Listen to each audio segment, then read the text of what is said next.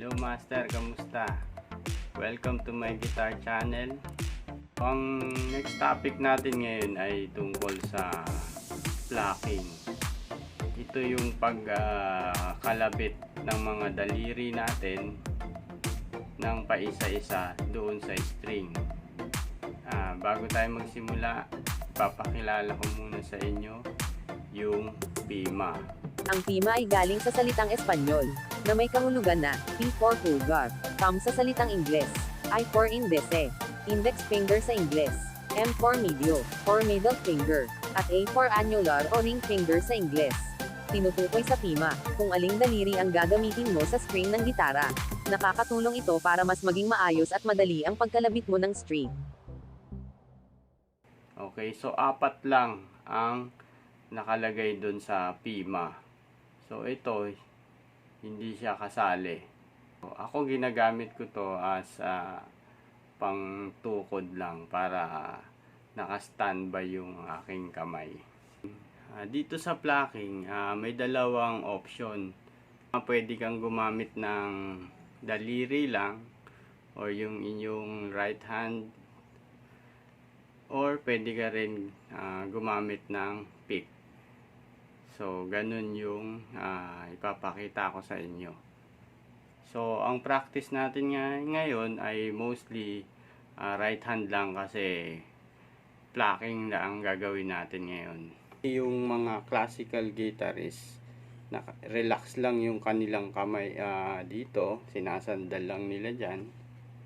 And then, ang forma ng kamay ay nakaganito, straight pa baba.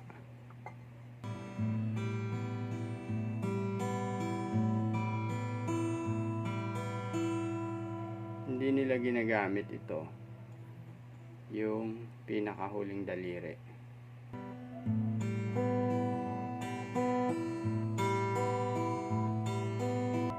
Then pwede naman alternate dun sa thumb. So iporma nyo muna yung kamay nyo ng ganyan, no? Yan, nakaganyan. Isang string yung index, middle, and ring. So forma nyo muna, then ito lagay nyo dyan, then relax nyo lang yung inyong braso.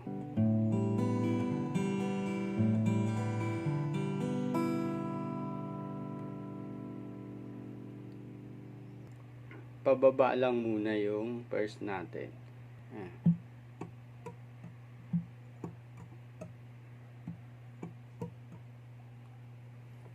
Halimbawa, nag-chords ng C chord.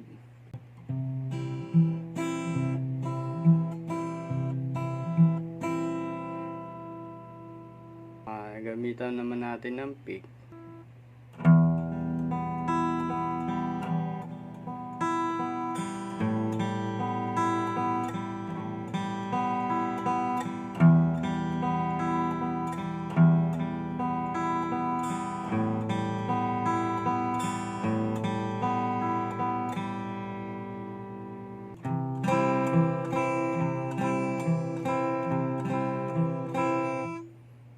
Pwede rin na pataas.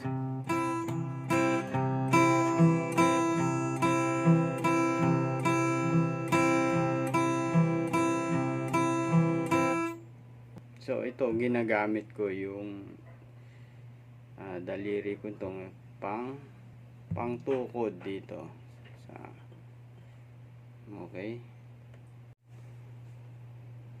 So next sample natin, yung kapag nag-i-scaling yung sa classical guitarist, yung kamay nila para nagmamarcha.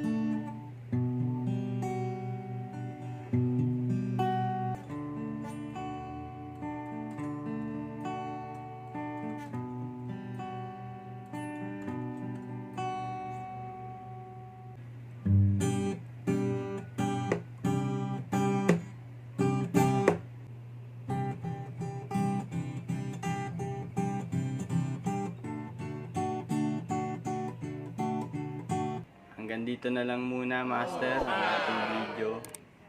Maraming salamat sa panonood. Hanggang sa muli.